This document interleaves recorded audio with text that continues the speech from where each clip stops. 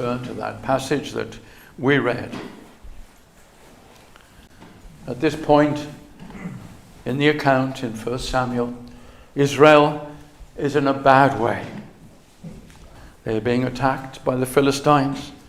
There's a garrison opposing them. And if we look at the last few verses of chapter 13, I just want to read from verse 19. Now there was no smith found throughout all the land of Israel, for the Philistines said, lest the Hebrews make them swords or spears. But all the Israelites went down to the Philistines to sharpen every man his share, and his cutler, and his axe, and his mattock. Yet they had a file for the mattocks, and for the cutlers, and for the forks, and for the axes, and to sharpen the goads. So it came to pass in the day of battle that there was neither sword nor spear found in the hand of any of the people that were with Saul and Jonathan. But with Saul and with Jonathan, his son, was there found. So just Saul and Jonathan had a sword, no one else. And the garrison of the Philistines went out to the passage of Michmash. They had no weapons. They'd been robbed of all their weapons and much else by the Philistines. You remember that back in chapter 11, they'd won a great battle against the Ammonites. And they'd won a great deal of plunder, including many weapons. They were certainly well off. At the end of chapter 11, you remember that was the occasion when Saul had led them into this victory, and it had suddenly enhanced his image in the sight of Israel. And so he was reappointed, as it were, king. Suddenly they could see him as a leader. And so it was a time of victory, a time of triumph for Saul. But then in chapter 12, you remember that Samuel had had cause to reprove Israel for rejecting Jehovah, rejecting God as their king. They'd chosen Saul to be their king. They'd rejected God.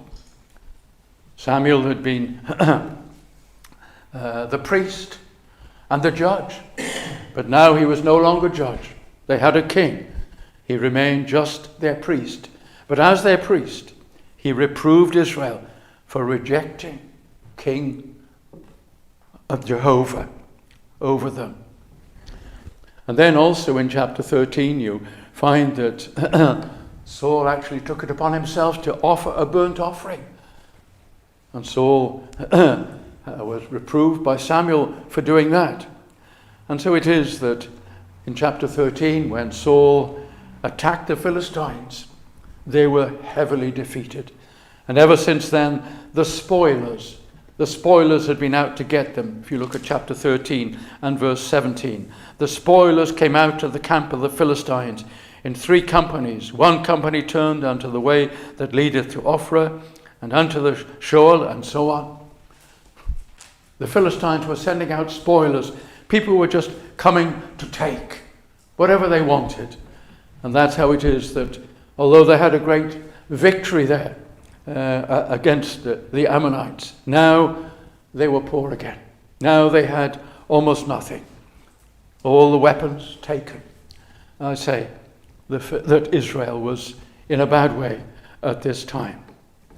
And so we find that Saul, in our passage, was in Gibeah, sitting under a tree. You look at verse 2. Saul tarried in the uttermost parts of Gibeah under a pomegranate tree, which is in Migron.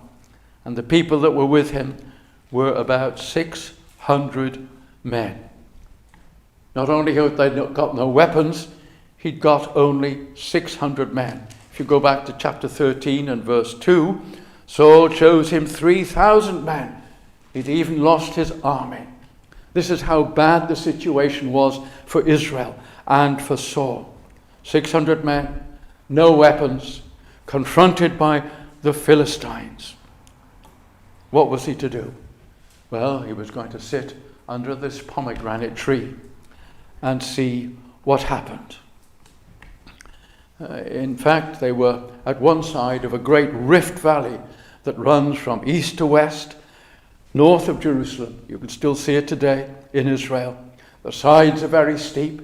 If you want to go up or down, you have to do it on your hands and knees, as it says in the passage that we read together. And that was what stood between Saul and his 600 men with no weapons and the Philistines. And they were sending over marauding parties, coming to take what little they had left. And Saul had no plans to do anything. Well, he was actually quite sensible, wasn't he? There was this rift valley between them. If they tried to climb up, they could roll stones down, and very quickly it would stop an army if they rolled enough stones down. But they had no weapons, only 600 of them. It was a sensible policy. Let's sit here, protected by the rift valley, and we'll just have to see how things pan out. You have to admit, it's difficult to see what else they could do in that situation. Well, what I want to do as we look at this passage tonight is to see how David responded to this hopeless situation that I've just been describing. And we'll see two things that he did. And then I want to see how Saul responded. And he did three things. And we're going to contrast David and Saul in this situation. So we begin, because the scripture comes first to David, we begin with David. David's first action was to point out, as he talked with his armor bearer, there is something missing from that picture, Saul's picture, which I've outlined to you just. No weapons, 600 men, a rift valley to protect us, nothing to do. We're better staying here doing nothing. There's something that's missing. I wonder if you can spot what it is. What was missing? What was missing was God. God was not in that assessment of the situation. Look with me at verse 6 of chapter 14. Jonathan said to the young man that bare his armor, "Come and let us go over unto the garrison of these uncircumcised. It may be that the Lord will work for us, for there is no restraint to the Lord to save by many or by few." They'd only got 600 men. But David says, God can work by many or by few. We haven't taken into account that all of these things are under the hand of Almighty God. God has weapons, all of his own, armies all of his own. If you go back to Exodus and chapter 23 and verse 28, God said there to Israel, "I will send hornets before thee, which will drive out the Hivite and the Canaanite, the Hittite from before thee." There's just one example of the way in which God can intervene. He has his own forces, natural and supernatural. He can use men. He can use amazing events. And David spots that there is something missing. People have not taken into account God. Now there's a challenge there for you and for me. Something happens in your life. And what's the first thing you do? You think about it. What shall I do? Who shall I ask? Who will help me? How can I pay for that? Do we think about God? That all of this thing is under his sovereign hand. Proverbs chapter 3 and verse 5 says, "Trust in the Lord with all thy heart, and lean not to thine own understanding." And I want to suggest to you that we're rather like Saul in this. We lean first of all to our own understanding. How can I engineer my way out of this situation? But Proverbs says, "Trust in the Lord with all thy heart, and lean not to thine own understanding. Now you might say, well, are you suggesting that we should abandon modern medicine? We should abandon modern technology, turn our backs on all of these things and just become some sort of recluses, trusting God to do everything for us? No, I'm not suggesting that. You remember how in 1 Timothy, Paul told Mark to take a little wine for his stomach's sake. And he speaks of the beloved physician, Luke.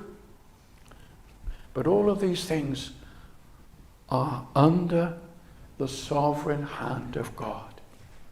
If we go first to him, he may well direct us to a human agency, to a person who can solve the problem, to a measure, to an action.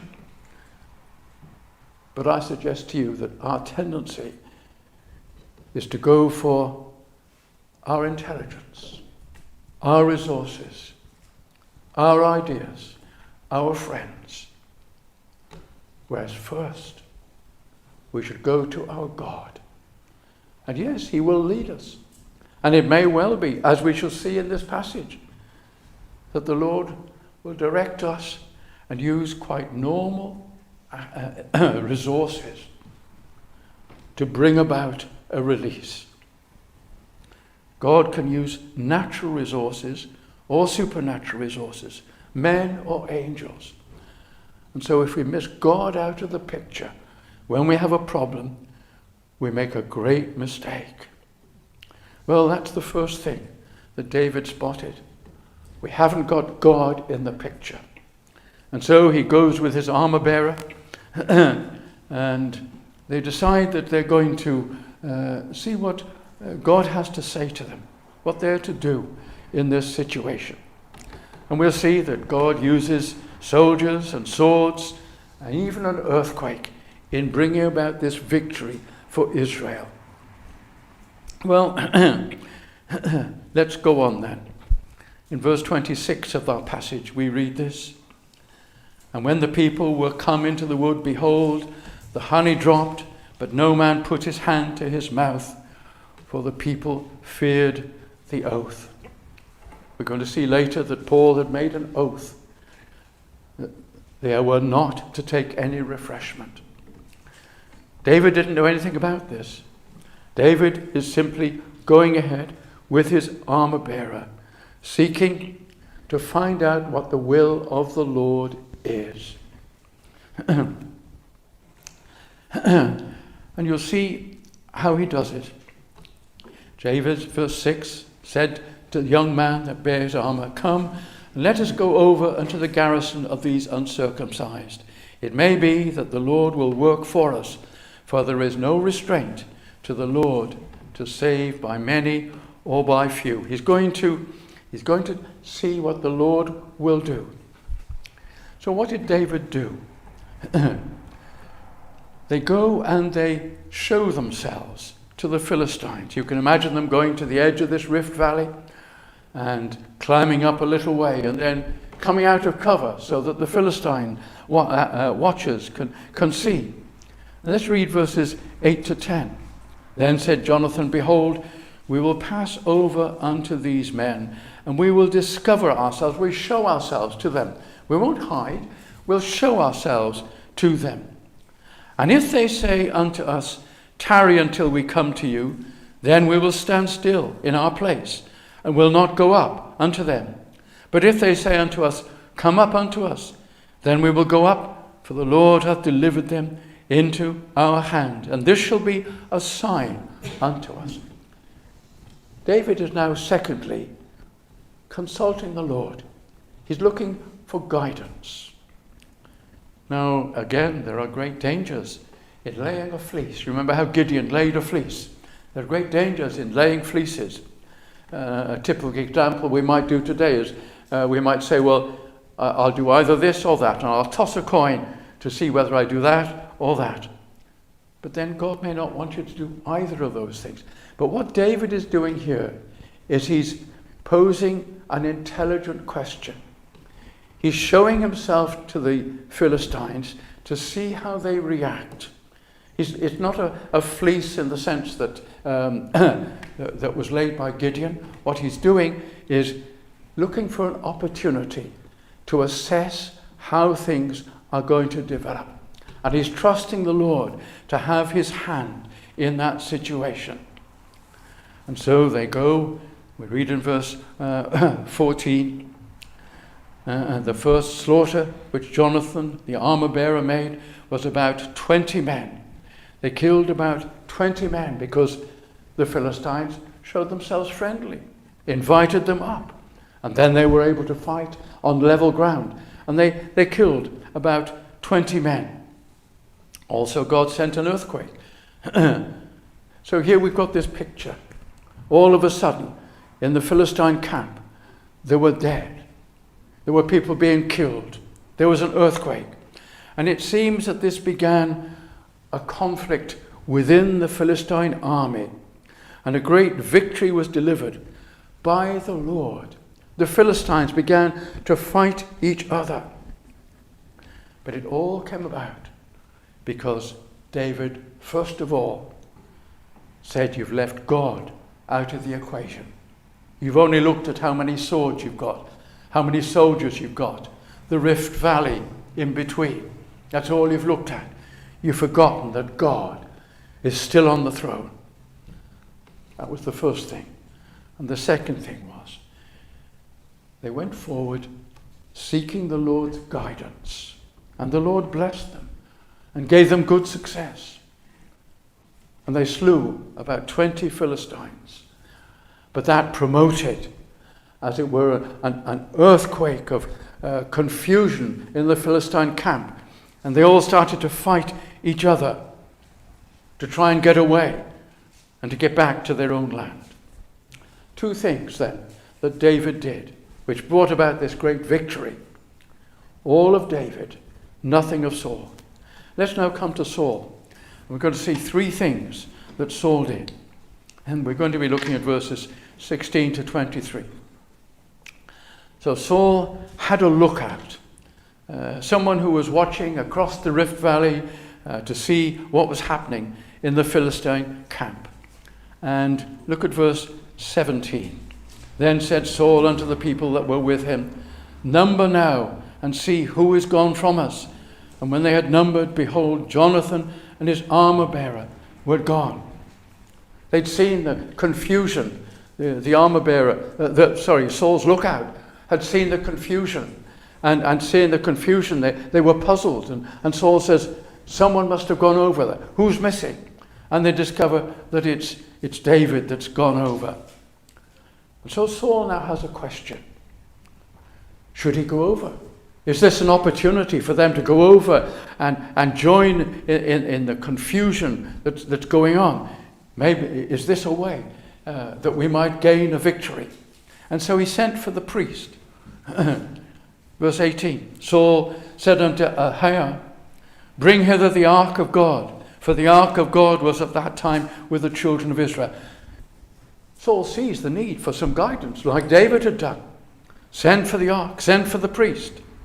But then we hear that the battle, the noise of the battle in the Philistine camp on the other side of the Rift Valley is increasing. Verse 19, and it came to pass while Saul talked with the priest, the noise that was in the host of the Philistines went on and increased.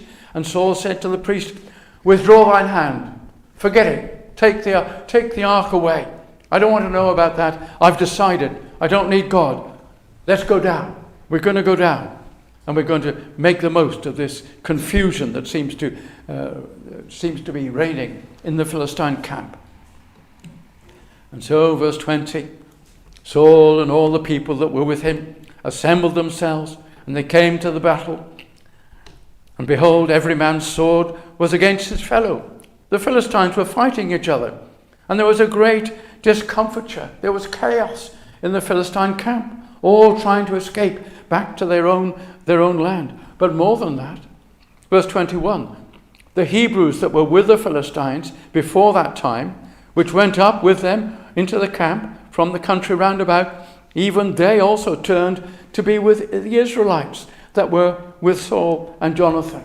People who'd been in this captured area.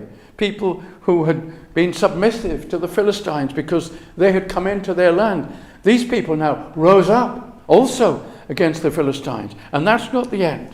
Verse 22. Likewise all the men of Israel, which had hid themselves in the Mount Ephraim, when they heard that the Philistines fled, they also followed hard after them in the battle. So you see that now there was upsurge of support. Saul may only have had 600 men, but now there were all these people who were, as it were, sleeping amongst the Philistines, people who were hiding there. They all rise up and they joined into the battle against the Philistines. So in verse 23 we read, So the Lord saved Israel that day, and the battle passed over to Beth Aven.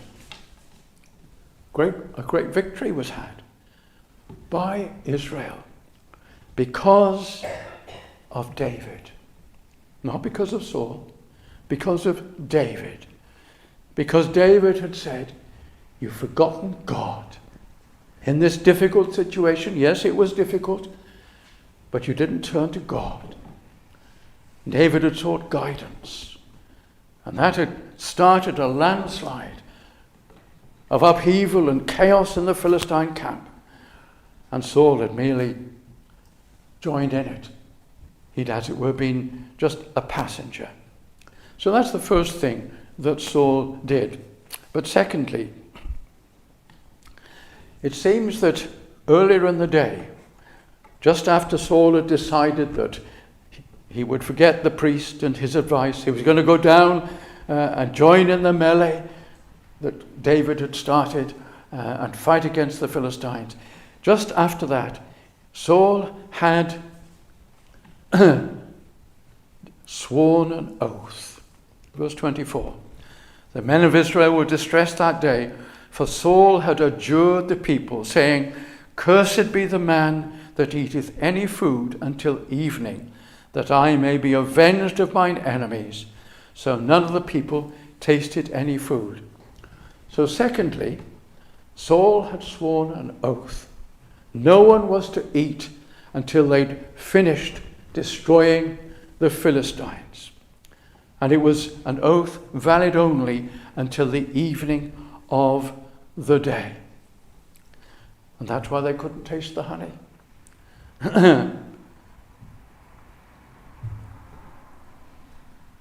No thought of seeking the Lord's guidance. No thought of what the Lord would have to say about this. It seemed the right thing, though, for a king of Israel to have a fast. And essentially, that's what he pronounced.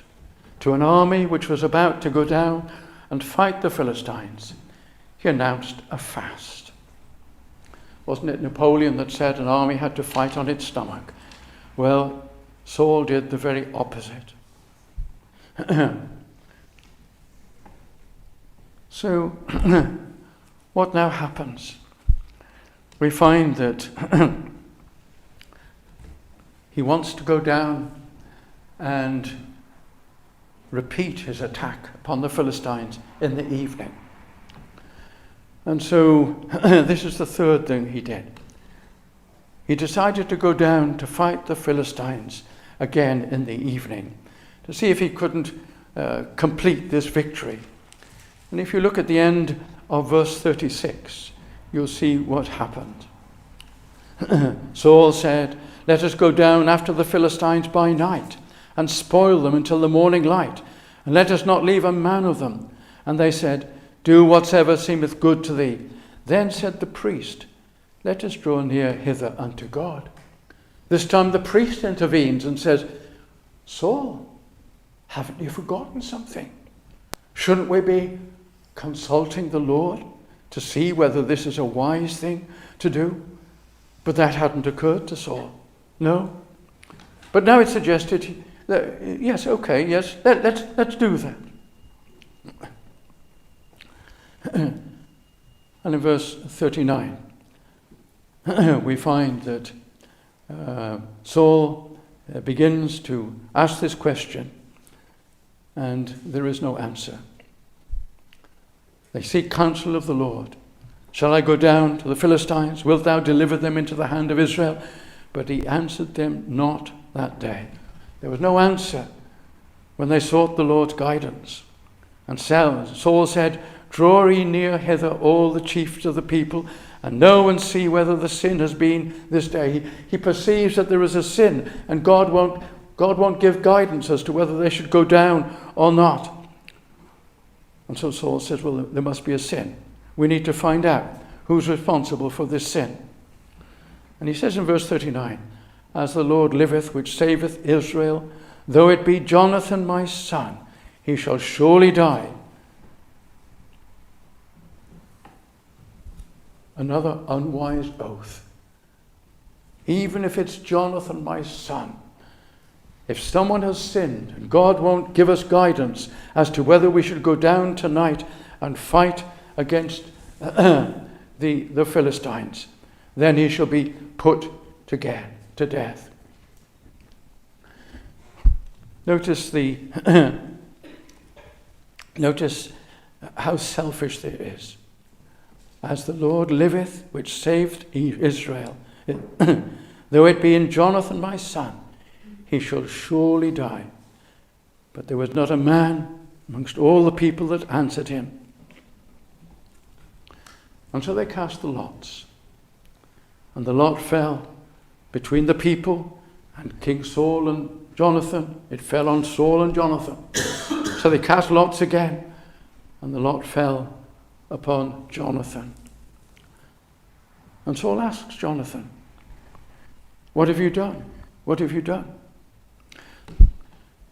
And you notice how honest and open Jonathan is in his reply. Verse 33. Saul said to Jonathan, Tell me what thou hast done. And Jonathan told him and said, I did but taste a little honey with the end of the rod that was in my hand. And lo, I must die. Must I die for that? He hadn't heard of the oath which Saul had sworn earlier. It was in innocence he did it. He confesses openly what he has done. But again, it was a foolish oath that Saul had sworn.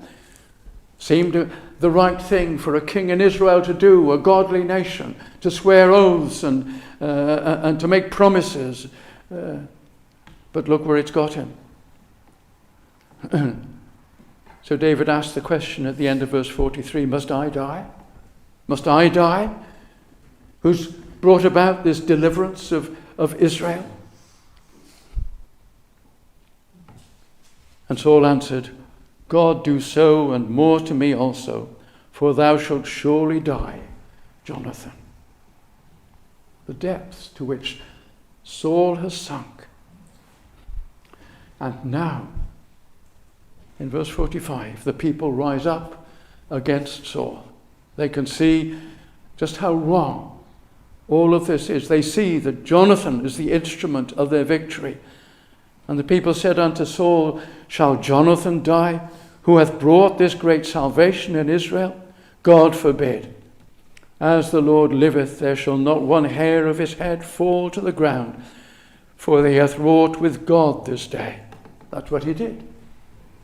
He brought God into the equation. He sought guidance, and he took the guidance.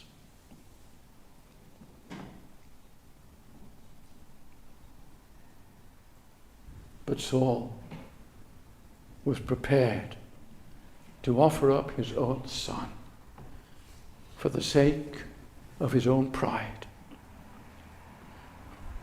And then we read that Saul went up from following the Philistines, and the Philistines went to their own place. What a contrast between these two men, father and son, Saul and Jonathan.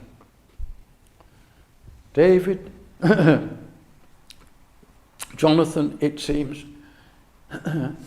lived in the conscious presence of the Lord. Here was a difficulty, and he spotted God was missing. from the assessment of the situation. Saul saw himself as the all-powerful, all-important one. Jonathan sought God's guidance. Saul at one stage sought guidance, but then sent the priest away. No, the Philistines, I can hear the confusion's getting greater. I'm going, just forget guidance. Jonathan confessed his error openly. Saul used God's name to make unwise decisions and make them seem religiously acceptable. What a difference between these two people. Which are you like? How do you manage your life? Like Jonathan or like David? It's a challenge, isn't it? You know, one of the great problems in the church today is people who have a cloak of religiosity, like Saul, sending for the priest when it was convenient, disregarding him when it wasn't, seeking his own ends, but presenting himself as a godly person. David, who walked with God, was conscious of his presence down through each day. I say, one of the great problems in the church today, people who go in and out of church because it's the thing to do. It looks right. Oh, I've been to communion this week. Yes, that's good. Yes. Is it? If it's a meaningless presence, if there's no consciousness of what Christ has done, what we remember at the communion table, the death of God's Son for our sin. I went to church today. It's good, you know. People see me going to church. Is it meaningful? Do you really come to worship? To know God? How are things with your heart? That's the crucial question. David's heart was hungry for the Lord. Hungry to sense and know the Lord's presence in his day-by-day situation and to be guided. Saul, just hungry for himself, his reputation, what people would think of him. What a difference between these two men. And all of us are like one or the other of these men.